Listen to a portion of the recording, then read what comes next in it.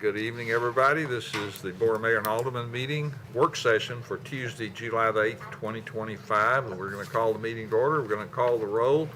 Alderman Barnhill. Here. Alderman Blanton. Here. Alderman Caesar. Here. Alderman Peterson. Here. Alderman Berger is absent at this point, but she plans on being here.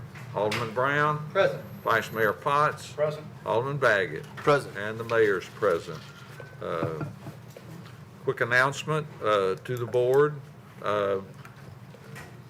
We're having some difficulty turning on your mics whenever you decide you're going to speak and you haven't been recognized. So I would kindly ask that you would, if you plan to speak, don't just start speaking, because I might decide not to let you speak. Ooh. I might just keep you muted. Wow. You know, I might not like what you're saying. You might be muted forever. So anyway, if you'll help, that'll help Angie a lot. So she's up here wiggling the mouse and trying to get it done. So we do have one citizen comment from Janet Curtis. I'll ask her to come up to the microphone and give her a 2-minute comment now, please.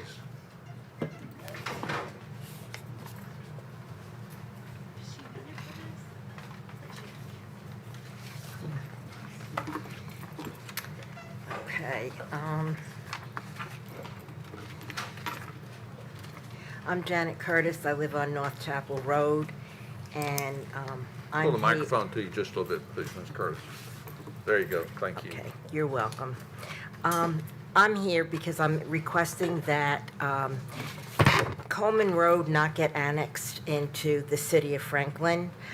This road is you're taking a county road that county residents live on, and you're asking them that there may be a possibility for road improvement, that some of their property may be taken over by condemnation.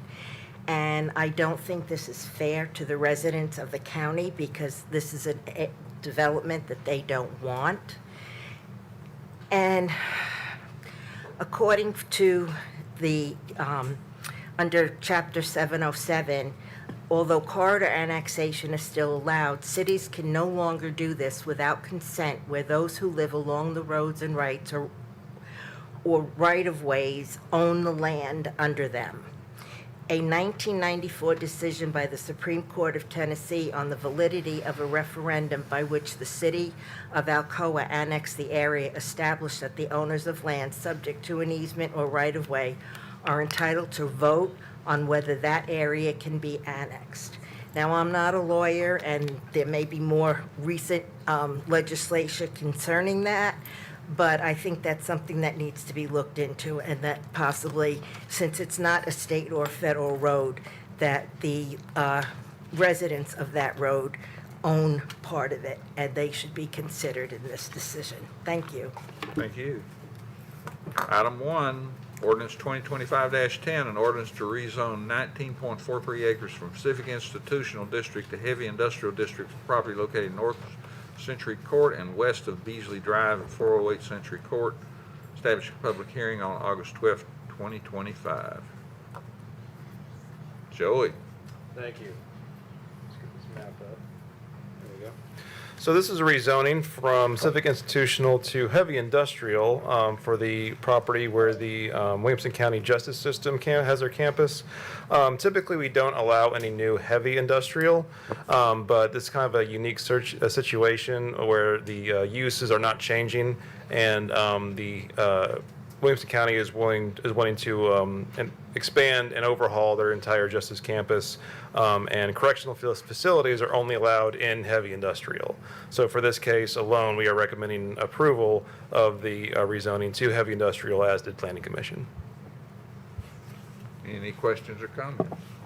Item 2, resolution 2025-44, resolution adopting a plan of services for the annexation of property located west of Lewisburg Pike, south of Henpeck Lane at 1288 Lewisburg Pike by the city of Franklin, Tennessee. Established a public hearing August 12th, 2025. I believe this is Gateway Church. Yeah, so we can take the next 3 items together if you Okay. with that. Because it's plan Item of 3 services. is the annexation. Mhm. This is the plan of service that I just read. Yes. And then the zoning is item 4 on the same property. So, yeah, Yes, sir. thanks for pointing that out. Yeah, so this is the Gateway Campus Church requesting annexation into the city and to be zoned civic institutional. There are no major concerns or issues with the plan of services.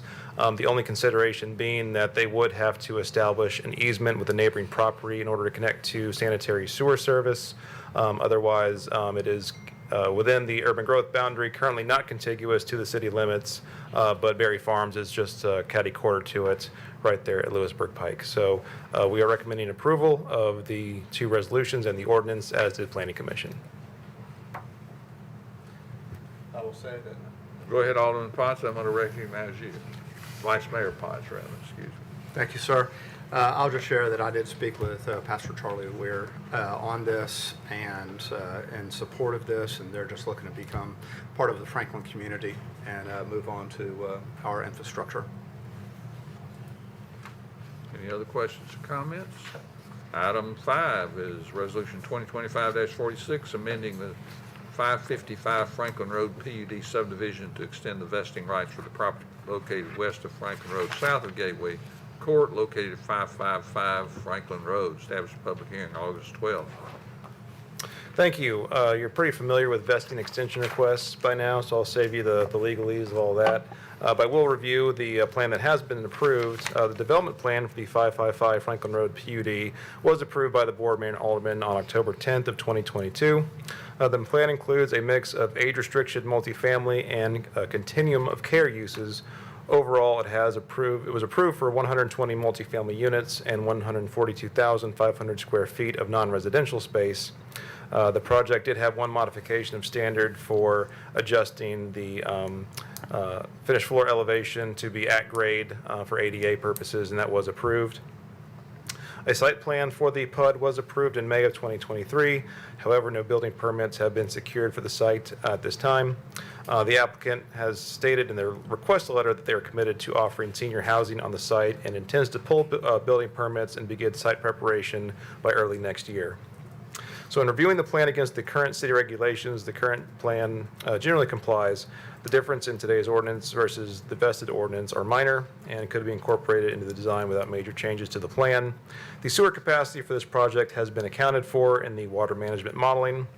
A new parkland agreement would need to be approved for any new plan, as well as a new traffic impact study and offset agreement. Traffic volumes in the area have increased, negatively impacting the level of service on adjacent roadways and consequently the required offsite improvements. Additionally, the Board of Mayor and Aldermen have approved an increase in road impact fees since the approval of this development to better support the city's ability to pay for much needed infrastructure. So the Planning Commission did recommend approval of this resolution by a vote of 9-0, and staff recommends that the Board of Mayor and Aldermen do approve upon when you do consider it, if it is determined that the continuation of vested rights is in the best interest of the community. Alderman Caesar.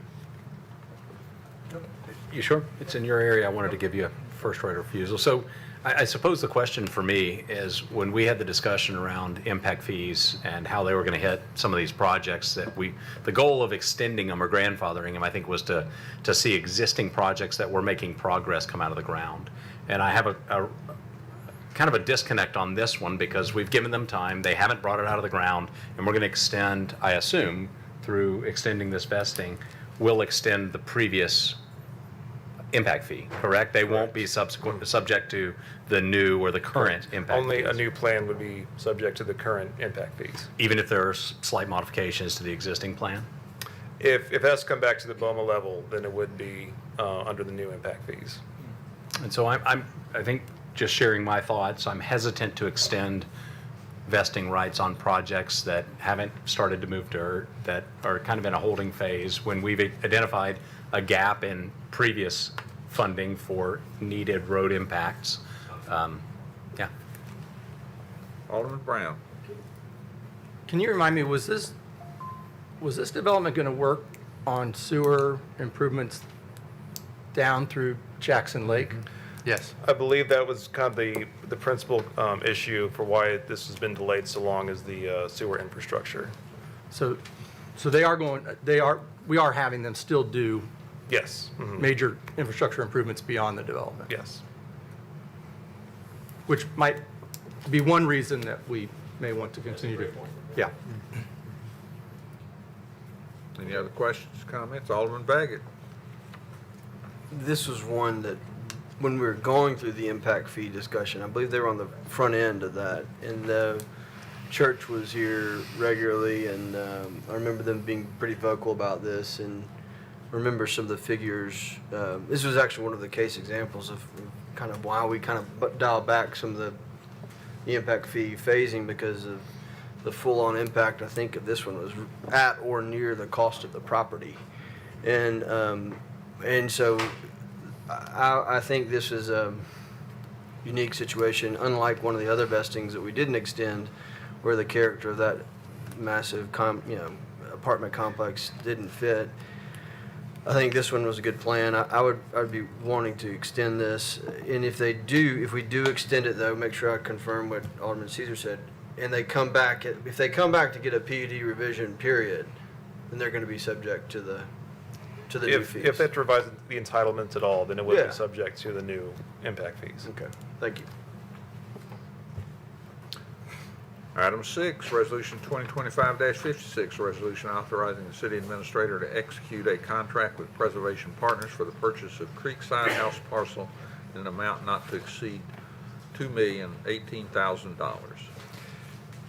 Good evening. A follow-up, we talked a little bit about this a couple weeks ago when we met, and I will offer a slight modification to the dollar amount on this. But when we spoke about this 2 weeks ago, we were looking at a projected tentative acquisition number of $2,060,000.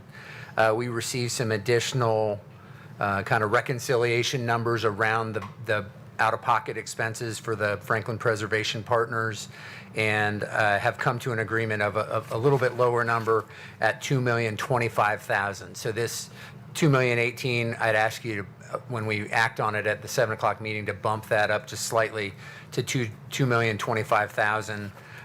It's a good $35,000 lower than where I thought we were 2 weeks ago, so that's good. We've been able to kind of come to an agreement overall with that documentation, are comfortable with that. You'd be granting me the authority to finalize that acquisition and close that out. We believe we'd be able to do the closing by the end of July. The only other significant element in that agreement is there will be some language that provides for a conservation easement. The language I think we are looking to add is similar to what we have at Harlansdale, that references board-approved plan for the site in compliance with our overall preservation ordinances, et cetera. So I think we're all on the same page about preserving that historic home and the areas around it. There may be some modifications that make sense to welcome more guests, like establishing a parking area, some other things that work, but not to detract from the historic home. So from talking with the Preservation Partners representation, I think we all kind of are on the same agreement that that's the right way to go. We'll just need to draft that specific language, and like I said, I believe we'll be able to close by the end of July with your guidance and authority granted tonight. Any questions? Alderman Baggett? I want to make sure that maybe that language, can we add bathrooms, like a separate, is there, I know the Harlansdale, we can Yeah. add structures, any structure, but that's a very restrictive, maybe this one could be a little more lenient in there. I'm not saying that I want to go put bathrooms right in front, No, there's But I do think that yeah. in the back, you could have, I mean, it's going to be a public park. Yeah, I think we are. I think that is a possibility, and that is actually something I've touched on with Preservation Partners about that possibility. So we may talk about the specific of the ability to add additional structures, but I think we may want to color that in terms of limited and its location behind the house. Behind the house, so it's not doesn't detract from the home.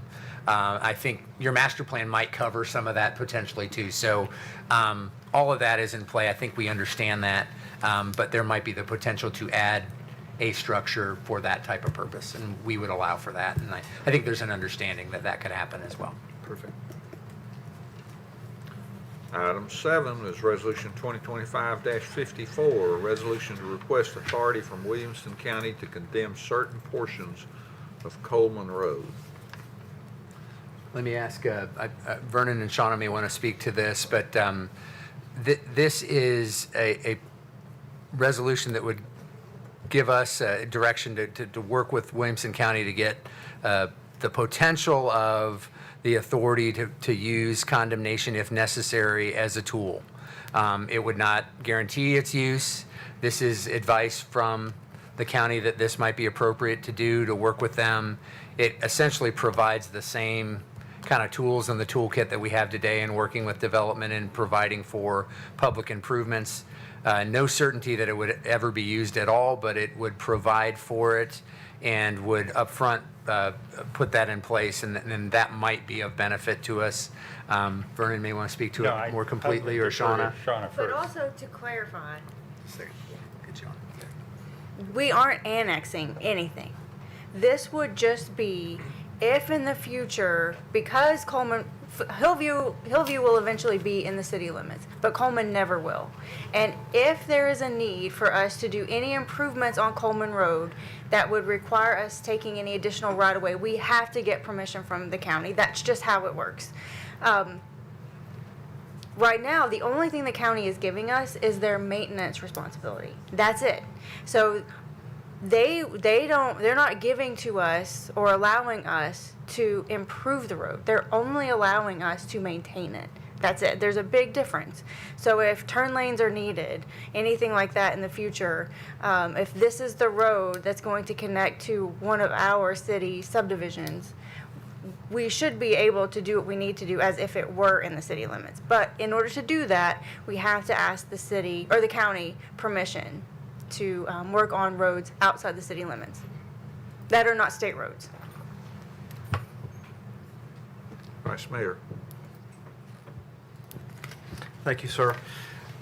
So when I hear this example, I immediately think of Clovercroft. If we were to move this forward, this would take us out of the bind that we're currently in with the county and with us regarding Clovercroft, where the road is shared. And if we wanted to improve the totality of the road or a larger section of the road, that and again, with Clovercroft, it goes county, city, county, city, county, city, all the way down. This would actually allow us the tools to make those improvements and to do that maintenance. Is that correct? Right, it would. Okay. That's a part of it, is being able to make sure that we have that holistic responsibility. And that's what I tried to articulate at the previous meeting. It's complicated because we want the ability to maintain and improve, and which improve means expanding too in some cases, if y'all approve based on our growth patterns. So having that all taken care of when we accept maintenance responsibility is critical going forward. And I did mention this is part of this discussion that we want to perhaps work with the state legislature and our delegation to offer a change, because other jurisdictions are experiencing similar challenges with this type of scenario. Alderman Baggett. I think there's been some confusion on this, and in the public for sure. And I know I was a bit floored last meeting when you did do the presentation, and I think we were a bit, weary from the tax vote that was prior to that. But yeah, I'm sorry. You had to go back there. No, we don't have to. But I think this is not, when I've talked to the applicant, there's no identified property. The way the item report reads is that we're supposed to send over to the county clerk the properties in which we want, that could be annexed or could be condemned. And I didn't see that simplified. So maybe we could get that information, because here's what people are thinking. They're thinking this is a blanket ability that is tied to Harlan for the city to take their property and do things that they don't want done on it. And I think what I've come to understand is that's not what it is doing. It's not everybody's property in the county and those roads. Is very specific, and I think it's specific to the Coleman, Columbia, Henpeck area, essentially.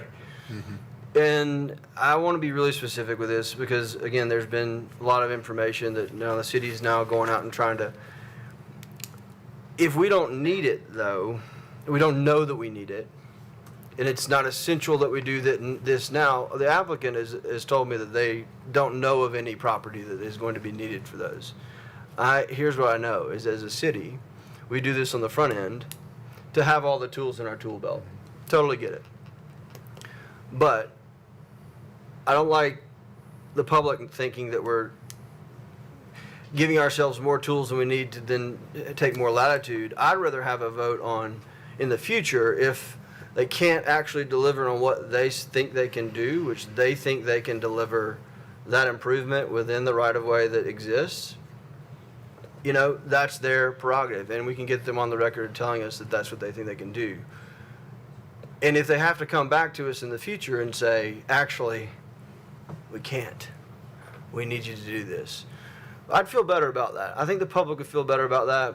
I know that here's what's happening. We're doing as a city what staff should be doing, which is giving us all the tools on the front end, checking the box and doing it so that we have everything we could possibly need.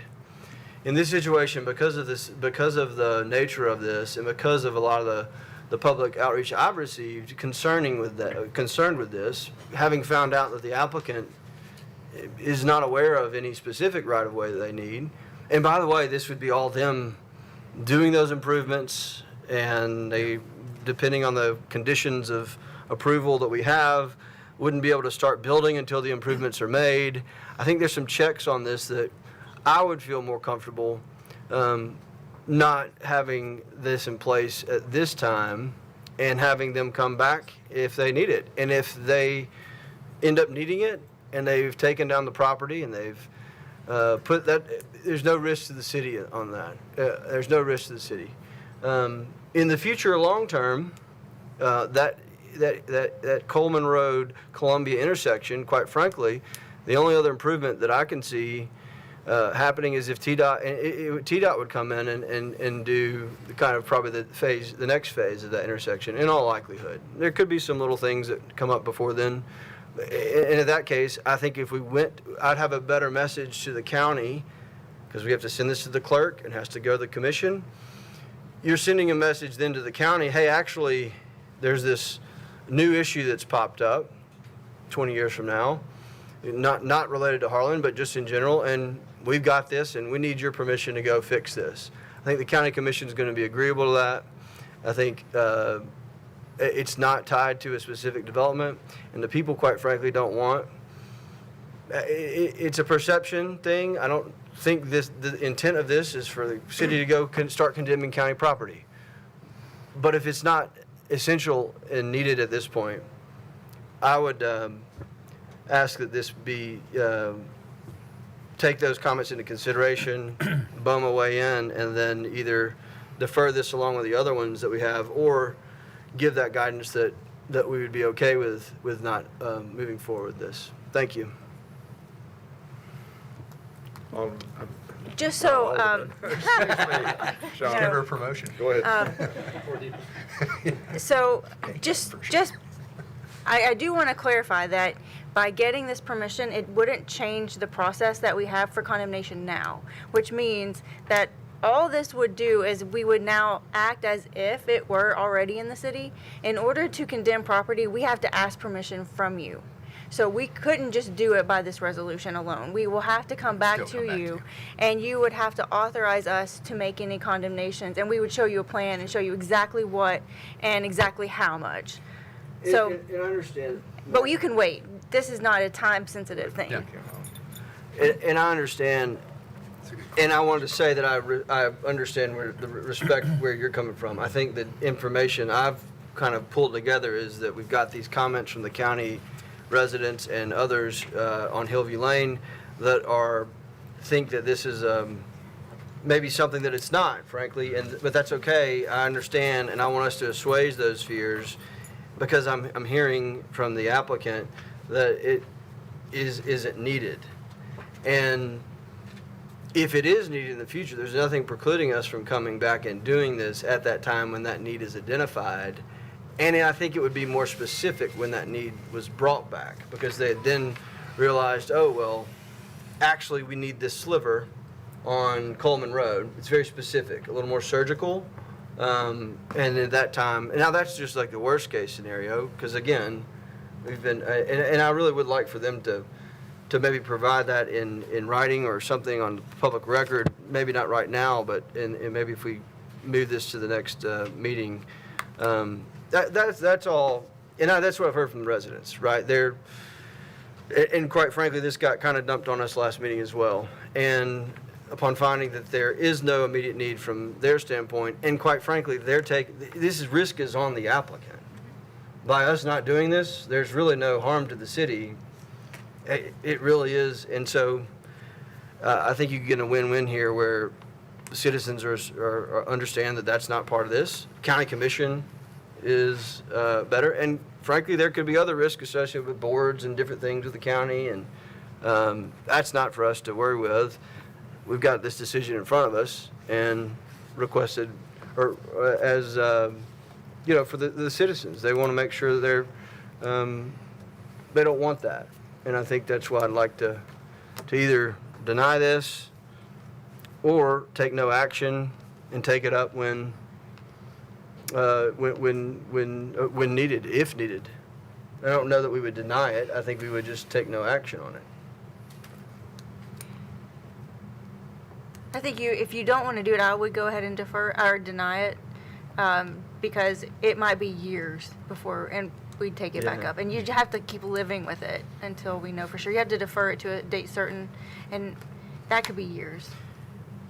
I want to make sure too that the risk for the city on this. Yes, it's not an easily accessible tool that we have at a moment's notice. That's the thing I can see is the largest risk for the city, and is that it's not a tool that we can use more immediately. But that in turn really is a risk for the applicant, right? I mean, it's really, if it takes 6 months for this to happen, and then if they need it, then that's not our risk. Just don't want to put our citizens in jeopardy or staff in jeopardy. Want make that sure that's clear, and I think y'all have made that clear. I've got a quick question, if I can, for Mr. Girth. He mentioned the Tennessee Code annotated that they're looking to work with the General Assembly to modify some of that. How does this particular act or resolution affect continuing to work through the General Assembly to change some of the TCA codes that are causing problems between counties and cities? Yeah, at this point, we would want to propose that we would make it inclusive, that I feel that Shauna explained that very well, that when a county transfers maintenance responsibilities to a jurisdiction, as we're using Coleman as an example, that this jurisdiction has the ability to do what they want to manage growth, which includes expanding the roadways. And in the case of when a developer, if there is one, is unable to acquire right-of-way, that local jurisdiction can come in and make sure that the road network is meeting the growing needs of that community or area of the community. So to your question more specifically, we would want the legislature, at least propose, to be inclusive of a jurisdiction's ability to treat a transferred county road as it was in the city. Thank you for the clarification. Alderman Caesar. Thank you, Mayor. I suppose what I heard, Shauna, is that this is not a pressing issue for us right now. And then what I heard Vernon say, and I think to clarify the mayor's question, is does passage of this give us a better audience with the legislature if we have this behind us? Or is there a scenario where that helps? And us deferring it or tabling it or denying it, does it reduce the volume of our request from the legislature? I think either way you look at it helps us because we can tell our legislators that we're wrestling with it. And you know, the reason we were kind of thinking about this now, us and the county, is that both boards are the same boards. If later, in years later, if we need to do this, the boards might be different. And if they are, especially from the county's perspective, they might not know how we got here. And so that's just a comment. I don't know that it matters one way or the other. It's just something that we kind of talked about. I Then think just- either way, we have a lack of clarity Yeah. with state law about how you interface county to city infrastructure in these situations, and just have a more clear guidance on that is needed. Yeah. And this kind of highlights us having to go through these hoops to understand how we work together. Hopefully, the Either way. discussion tonight has provided you that context, and I don't know that me personally, I'm not going to support moving forward on this piece of information. So, thanks, Mayor. Vice Mayor.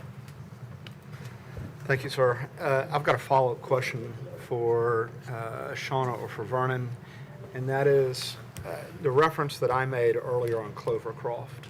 If we have, as I reminded everybody, it's county, city all the way down, we have a resident or an organization or developer that wants to come in, and they're in that county side, and they want to come into the city, would this apply to that as well? If we're trying to gain that part of the road to make those improvements? I mean, it really depends on if it's a state road or a county road, and then it also depends on if it's non-contiguous or contiguous, because a lot of times when we annex, if the roadway is included in the annexation, then it becomes a city road. If it's outside, and that's where what we see here, Hillview will be included, but Coleman will not. But Coleman is a road that will be possibly improved for more traffic on that road. So it's a case by case. I mean, we've never used this tool before because we haven't had to. So I don't know.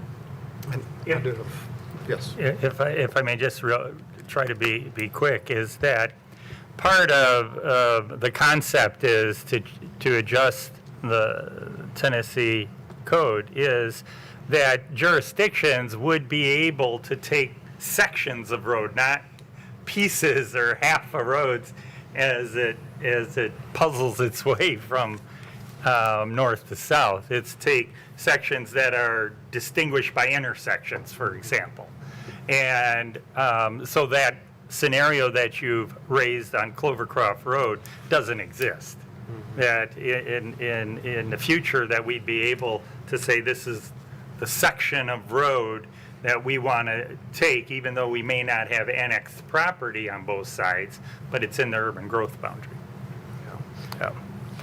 Sorry one would think that a county road's a public road. Well, it is publicly accessible, but we've learned through these conversations and with our peers that these are the types of nuances that need to be cleared up going forward, because when a property does come to the city, we do plat it as public right-of-way, whereas that's not the case in many, not all, in many of the county under county jurisdiction.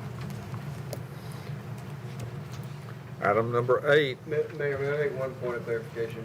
Because if I was a citizen and I was listening to this, I would think that the city of Franklin is taking some legislation to the state to get this rule changed. I think it's important to know that this actually is originated in other counties as well, where this is an issue. So this is not this is statewide. not a city of Franklin driven initiative. Although we have experienced a symptom of the greater problem across the state. I want to make sure that the citizens know that we are not taking this. Other counties have had major issues that's driving that at the state. We just happen to have had our first here. Needs clarification. Thank you. City of Franklin Contract 2025-0110 with Boyle Investment for Parkland Impact Fee and Construction Agreement for Harlan PUD. Any Thank you, questions Mayor. about Good that? evening. Just for clarification, this was before you last, a couple of weeks ago. This is to align with the with the development plan, because we did not have an executed contract, therefore the new fees that would be applied July 1st would apply to this project. So therefore, then you would vote on the new fee of being from the $434 that it originally was to the $5,268 per dwelling unit. So it applies to that. That would align it with your development plan on the voting session with whatever decisions made. I'm happy to answer any questions. Thank you. Thank you. Item 9 is change order 1 and the final change order to City of Franklin contract number 2023-0335 with Jones Brothers Contractors LLC for the Jordan Road Improvements Project, resulting in a cost increase of $37,709.62. I believe we talked about this last meeting in terms of this is a project that's been completed ahead of time, so they were eligible for the essentially the incentive that was included in the contract. This kind of incorporates all that together. This, I think we're still within our budget overall on the project, but this just provides for really closing out the contract and addressing the fact they reached the incentive and completed the project. Vernon, anything else to add? No, that's it. I wanted to highlight that this is one of these projects that we did offer an incentive, and it got completed ahead of schedule, and that was always the intent as we tried to implement that over the last several years, but mostly unsuccessfully. But this one did come to fruition. The contingency, we didn't come close to meeting, and but the $100,000 that was the incentive was not included in the contingency. That's not the case. Thank you. Item 10 is Amendment 1 to City of Franklin Contract 2023-0033 with Axon Enterprise, Inc. for the public safety surveillance solutions with related equipment, software, and accessories. Good evening, Mayor and Chief. everybody. So this is my model, Officer Schuman. He just found out he was my Yes. model. Yes. That's why he has that look really on his good at face that. like he's going to kill me. This is for a 10-year contract with our current vendor, Axon, and it covers and upgrades our body cameras. Come on, model. Each officer receives 2 for the audience, naturally. Our dash cameras in our fleet, cameras in our 4 interview rooms. It allows us to have unlimited data storage and video tagging, GPS live streaming, our tasers. Point to the taser. Don't take it out, please. Please And don't. of course, I've said this many times, one of the things I liked about the current vendor is that he has a, what is it called in your holster? Bluetooth. It's a Bluetooth Bluetooth sensor sensor, yeah. in his holster. So an officer doesn't have to stop and think, do I have my body camera on? If they have to draw their weapon, it automatically turns on every Axon camera in the area, including the highway patrol if they are around. So we'd like to do this. By doing it, it saves the city approximately $30,000 a year. So that's pretty good. Any questions for my model? Good job. This is his last BOMA meeting, so. All right, thank you. Item 11 is ordinance 2025-21, an ordinance to amend Appendix A to the Franklin Municipal Code Comprehensive Fees and Penalties, Chapter 3 Municipal Code by increasing the state treasurer fee for training and continuing education from $1 to $2. I hope this has extensive debate. Good evening, Mayor. Thank you. So state law previously mandated that city court clerks forward $1 from all court costs collected to the state treasurer for continuing education, and the state legislature has recently amended this for the first time in 21 years. So they've increased it from $1 to $2, and so we are requesting to amend our ordinance to be in compliance and to pass that. We pass those court costs along to our defendants. And I believe we collected nearly $3,200 last year, so that, of course, is going to start doubling, or did start doubling on July 1. So it will save the city over $3,000 annually if we are able to increase our fee as well. And I'm happy to answer any questions. Sounds good. All We'll right. keep rolling. Number 12 is presentation of 2025 Franklin Community Survey results. So as Michael and Catherine come forward, I'll just say a few words of introduction. This is a really important effort that the city undertakes. It dates back to 2012, the first time we did an outreach and citizen survey. We partnered with Franklin Tomorrow and Williamson County Realtors back then. From there, since 2016, we've used a national survey through a company called Polco that helps us compare our results to other communities. But the bottom line is we want to ask our citizens, how are we doing? And what's important to you? And get that valuable feedback to help shape the way we work, the way we serve the community. And so this has become a really important component. It's a way that we check our progress as an organization, as a service providing team for the board from a policy perspective and what you're focusing in on, from elements of our strategic plan, and our measures tie back to some of these key perceptions and feedback that we gain from our citizens. So this is a survey that is conducted both through a random sample, but also we open it up to all of our citizens. So everybody has a chance to give us feedback in this process. And we're proud to gain it and learn from it, and then compare ourselves to both ourselves over the years, but also to other communities, because a wide range of communities across the country use this same survey tool, and it's important to give ourselves also a little bit of comparative data there as well. So I'll turn it over to Michael and Catherine to take you through the specifics. Glad to present it to you, then welcome discussion, questions, dialogue about it following the presentation. So take it away, Michael. Thank you, Eric.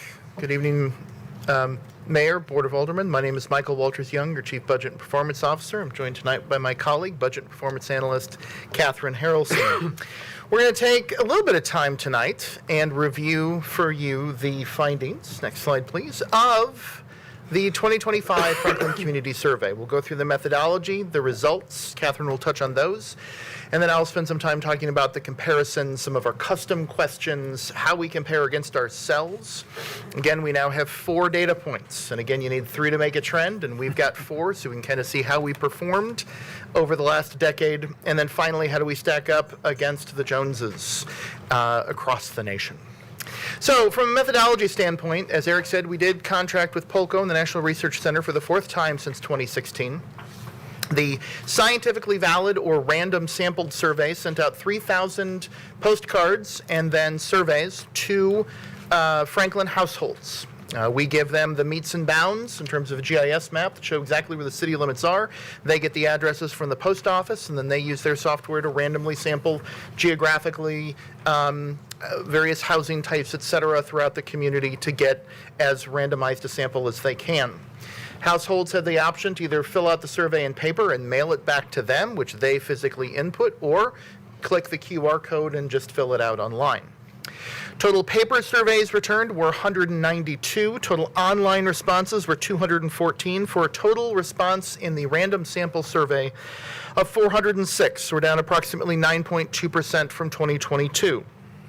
And because I have a hunch the question may be coming, we had 448 in the 2022 survey, we had 792 in the 2019 survey, and we had 1,060 in the original first survey in 2016. Those are response rates going backwards of 14, 17, 29, and 37%. Now, in the open participation survey, that was available for 6 weeks. The open was available for 2 via the city's website. And anybody at any time could click on it, take the 10 minutes or so, fill out the questions, and be able to give us feedback. That had a total of 654 responses, which is actually a 300% increase from what we had in 2022. That was only 217. In 2019, there were 1,598, and in 2016, there were 324. Again, it's whoever wants to come and whoever wants to respond. The total for both surveys in 2025, we got 1,060 responses. Everything you see tonight is reported off of the random sample survey. Okay? This survey is anchored under the concept of livability, and the National Community Survey is developed around 10 facets. They survey against the country, and communities are benchmarked against each other. Those 10 facets are, as you see on the screen, economy, mobility, community design, utilities, safety, natural environment, parks and recreation, health and wellness, education, arts and culture, and inclusivity and engagement. On page 6 of the main report, and you've got 7 attachments tonight with all the data you could ever want or not want regarding the survey, including everyone's favorite, the verbatim responses, the open-ended question answers, which we'll get to later on in this presentation.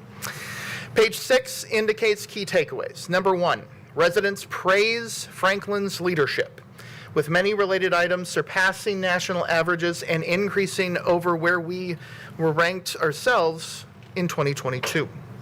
Residents ranked Franklin's economy very high, which far outpaces comparative communities across the country.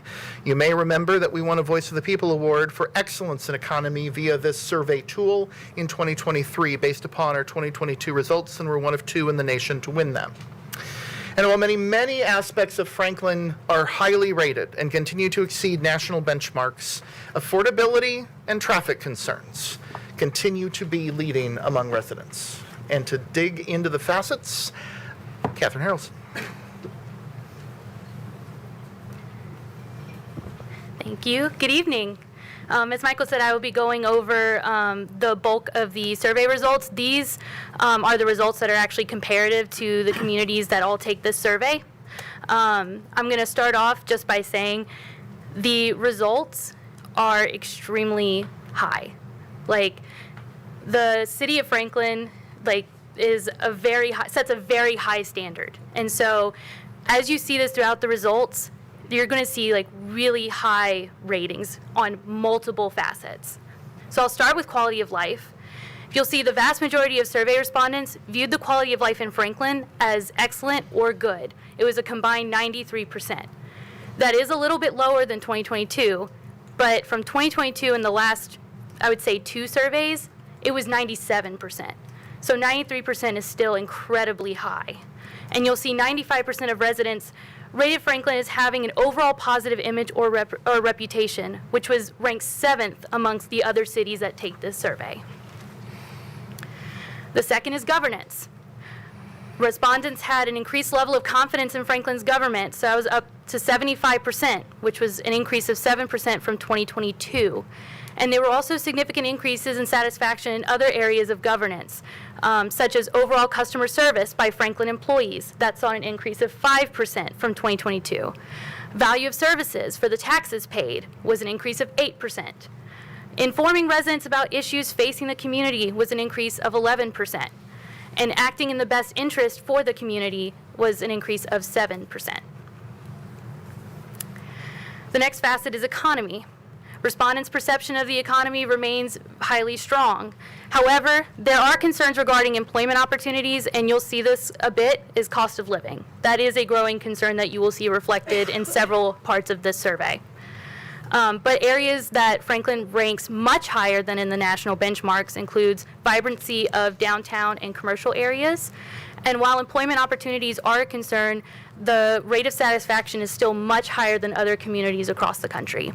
And then lastly, shopping opportunities was also very highly rated.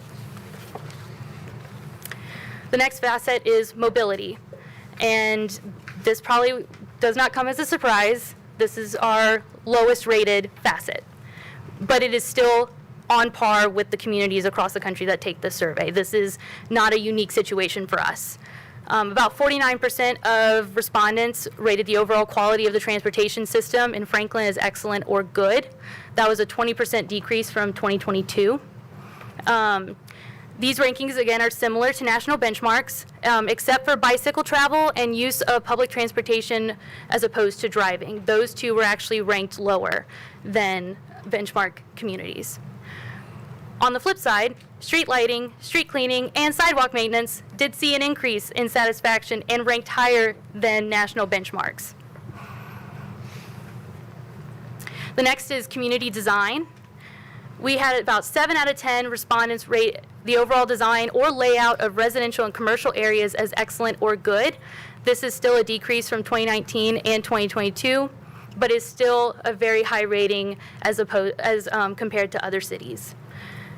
And over 9 out of 10 respondents saw Franklin, they rated their neighborhood as a place to live as excellent or good, which was higher than 2019 or 2022. So residents do feel like their neighborhood is a wonderful place to be in Franklin and is actually increased over the years. Well-designed neighborhoods, well-planned commercial growth, and code enforcement were all rated higher as well with national benchmarks. Code enforcement actually saw a pretty big increase from 2022. Then utilities.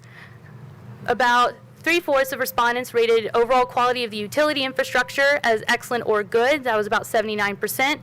This again is pretty similar to other communities. People seem to really love their utilities. Other facets rated higher than national benchmarks include the affordable high-speed internet, electric and gas utility, and utility billing. Next is safety. This was our highest rated facet by far. Respondents continue to feel a high sense of safety in Franklin, with 97% of respondents rating it excellent or good. And an astonishing 99% rated a strong feeling of safety in neighborhoods and downtown and commercial areas during the day. The only aspect that rated lower than about 85% was the feeling of safety from fire, flood, or other natural disasters, which was still at about a 79%. This, again, is not unique to us. This is a very similar rating across the country. Next is natural environment. So about 83% of respondents rated the natural environment in Franklin as excellent or good. Again, this is similar across the country. But I will note that cleanliness, water resources, and air quality all saw an increase in satisfaction from the 2022 survey. And then parks and recreation. Again, it was about 84% of respondents rated the quality of our parks and recreation opportunities as excellent or good. And they also rated city parks, fitness opportunities, and recreation centers or facilities as much higher than national benchmarks. Next is health and wellness. About 86% of respondents positively rate the overall health and wellness opportunities in Franklin. And all aspects of health and wellness were rated higher than national benchmarks, except for the respondents' perception of their own health. And this one I thought was really amazing to see. The availability of affordable quality mental health care saw the most positive increase at 69%, which was 18% higher than 2022. Our last two facets, education, arts, and culture. So respondents perceived a slight decrease in overall opportunities for education, culture, and in the arts. However, our K-12 education and opportunities to attend cultural, arts, and music activities were rated much higher than national benchmarks across the country. And then our last facet is inclusivity and engagement. And respondents' perception of residents' connection and engagement with their community still remains very high. It was at about 75%. The one notable decrease in satisfaction was how respondents viewed Franklin as a place to retire. That was a 9% decrease, it's now at 73%. And again, that goes along with the cost of living that you'll see in other aspects of this survey. With that, I will turn it back over to Michael. Thank you, Catherine. We all work very hard, you do, we do, to ensure that Franklin isn't something that happens by accident. And I think as you see the survey results here, that plays out. Another way to look at the facets that Catherine just summarized for you is comparing the quality versus the importance. So on the left of your screen in the green are those 10 facets by how people rated them in terms of quality. Safety, again, was overall by far the #1 quality rated facet, 97% rating it either excellent or good. Importance is just that, how important citizens, respondents rated that facet to themselves. So in that case, you can see that 87% rated safety as important. The highest rated level of importance was actually economy, 92% rated that highly, 91% rated the quality of economy good. And you can kind of see this as it goes down. Next slide, please. The other way of looking at it is to use another chart, in this case, a gap analysis. And so, whereas economy, its quality is at 91% and its importance is at 92%, very close, very tight. The tightest of all is Parks and Recreation, 84% rated at high quality, 84% rated at high importance. Those match. The biggest gap in terms of positive quality versus importance is health and wellness. 86% rated the quality high, 75% rated the importance high. Obviously, what stands out is the gap in mobility. 83% rated mobility important, but only 49% rated the quality of mobility in Franklin important. And, the quality of the mobility positive. Next slide, please. So then we get custom. We have, every time we've asked this survey, asked the following question, in this case, question 13 in the survey. Please rate your level of satisfaction with the City of Franklin's management of growth. 74% rated satisfied, 26% were dissatisfied. Our target is 80%. We were 84% in 2016, 80% in 2019, 76% last survey in 2022, and 74% in 2025. And while that is a downward trend, the other way to look at that is 3 out of every 4 people are still satisfied with the management of growth in the City of Franklin. Question 14 was a custom question that was asked only in this survey. Not a topic we've talked about recently. How much would you support or oppose higher taxes or fees if local and state transportation projects could be completed in less time? 42% were in support of higher taxes and fees, 52% were opposed for higher taxes and fees, and 6% didn't know or had no opinion. And finally, we asked a series of options. How much would you agree, if at all, that each of the following amenities are needed in Franklin? The first is additional recreation amenities. That got some, strongly agree 23%, some would agree 42%. Unique shopping opportunities have the lowest response of strongly agree, that's 14%, some would agree 32%. Next slide. The largest support was for a dedicated farmers market. 55% strongly agreed that they would like to see a dedicated farmers market, 24% some would agree, and 13% slightly agree. We asked, would you like a large-scale sports or entertainment venue inside the city limits of the City of Franklin? 15% said strongly agree, whereas 43% said no thank you. Finally, enhanced transportation options. Rail, light rail, choice lanes, air.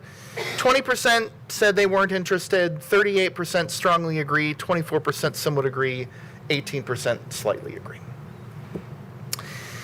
As I said, everyone's favorite part of this survey is the open-ended questions. There are 38 pages of attachments.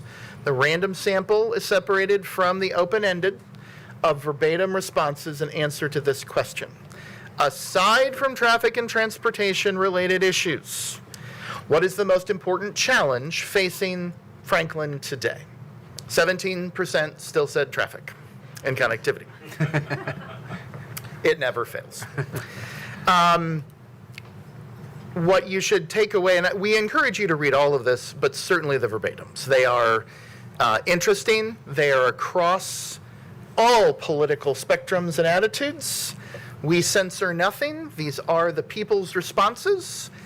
If sometimes, line after line, they may contradict each other, that's the beautiful thing we call community, ladies and gentlemen. But it's there for you to be able to dig in, and for all, this is updated on the city's website, to be able to see. Of note, 82%, if I'm doing my math right, of the respondents are in the top 3 areas. Their comments are on affordable housing and cost of living, nearly 4 out of every 10. Growth management, 27%, and traffic safety and connectivity at 17%. So as Eric said, how we doing? If we look at our comparison of certain questions over the last 5 times we've done this, from 2012 to the present day, The first question is, how would you describe the overall quality of life? This peaked in the last 3 surveys at 97%. It's at 93% in 2025. As Catherine indicated, it was 94% in 2012. That is remarkably consistent. People view that they have a high quality of life living in the city of Franklin. Are things in the city of Franklin moving in the right direction? 82% said yes in 2012, 73 in 2016, 75 in 2019, 66 in 2022. We're back up to 71% in 2025. Something we take great pride in is the answer to this question. How would you rate the job being done or the quality of services provided by the city government? 83% in 2012, a high of 93% in 2019. It was 82% in last survey in 2022. This year, it's rated at 90%. 9 out of every 10 have a positive view of the services and quality of services provided by the government here in Franklin. The next question asked in the survey, which always makes us look good, to be honest, is how would you rate the job being done or the quality of services provided by the federal government to the United States? That has a ranking of 42% in the 2025 survey, up 5% from 37% in 2022. That tends to kind of do this.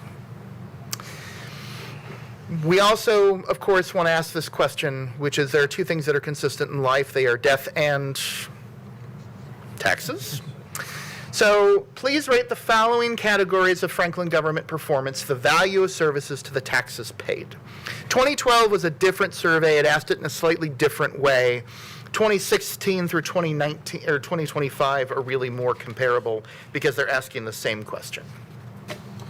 2016 and 2019, 76% rated positively the value of services for the taxes paid. That dipped to 72% in the last category, in the last survey, excellent or good. 80% of respondents, 27% excellent and 53% good, rate the value of services to the taxes paid positive here in Franklin 2025. Certainly, we're happy that the trend is going in that direction. This slide examines the percent of Franklin residents rating the following issues as excellent, the highest rating you could give it. And you can see that all of these are actually down from where we were in 2022, but still rate them incredibly highly. Neighborliness, economic opportunity, jobs, and shopping. 30% rate neighborliness excellent, economic opportunity and jobs 28%, and shopping 45%. But for all that is good, there are things that can be worked on. The percent of Franklin residents rating the following issues as poor, or the lowest rating in the survey. Cost of living, 15% rated it as poor 13 years ago. 1 in every 3 rank it as poor today. Affordable housing actually is a few percentage points better in poor. It was 58% poor in 2022. It's rated 55% poor in 2025. Transportation and traffic is starred on this chart because although the overall rankings are still low and they need improvement, they've gotten better each survey we've taken over the last 3, so that only 18% rate the quality of transportation and traffic as poor in this lens. Now that doesn't mean there's a lot that rate it fair, which is why that is, it's still majority poor, not positive or negative, if you will. And the level of diversity has actually improved in terms of the poor ranking. It was 21 out of every 4 rated the level of diversity poor. That's down to now only 1 out of every 6. So the final aspect of this are our survey comparisons. Who do we rate ourselves against? And the joy of taking, or the benefit of employing this survey tool is that over 600 communities nationwide also engage and use this exact same tool. The exact same questions, except for the custom questions we asked, are asked to all of their citizens, and we are able to gauge sort of how we fit. The next 2 slides show how Franklin rates in the top 10 of all cities who use this survey. We rank 2nd in the preservation of historical or cultural character and fire prevention and education nationally. We rank 3rd in availability of affordable quality mental health care and ambulance or emergency medical services. We rank 4th in code enforcement and the vibrancy of our downtown and commercial areas. 5th in the value of services for taxes paid and the job Franklin government does at welcoming resident involvement. 7th in overall image or reputation as a place to work and as a place to visit. 8th in overall appearance, economic health, and quality of business and service establishments. And 10th in economic development. This slide, however, shows where we are below 200th on the rankings nationally. Not a lot of surprises here. Ease of walking, ease of travel by transportation, cost of living, ease of travel by car, traffic flow on major streets, availability of affordable quality housing of note. That ranks in the 20th percentile of all responses in all communities that take this survey nationwide, and ease of travel by bicycle in Franklin. So, this is the end of the presentation. Next steps. We have met internally to discuss this. Tonight we present it to all of you so you can have it and be able to disseminate it and learn about it. We have put this on the city's website so everyone else can access it whenever they wish. We are in the final stages of trying to refine and reform the city's strategic plan, and there's a lot of aspects of that that rely upon this survey and the responses therein to provide the data. So we'll be integrating it into that, and we will integrate the findings not only into the current year's budget, which is a whopping 8 days old, and but as we go on and build next year's budget as well, and we will integrate the findings and do it all again in another 2.5 years. Mr. Mayor, thank you and the board for your patience, and we're happy to answer any and all questions you may have.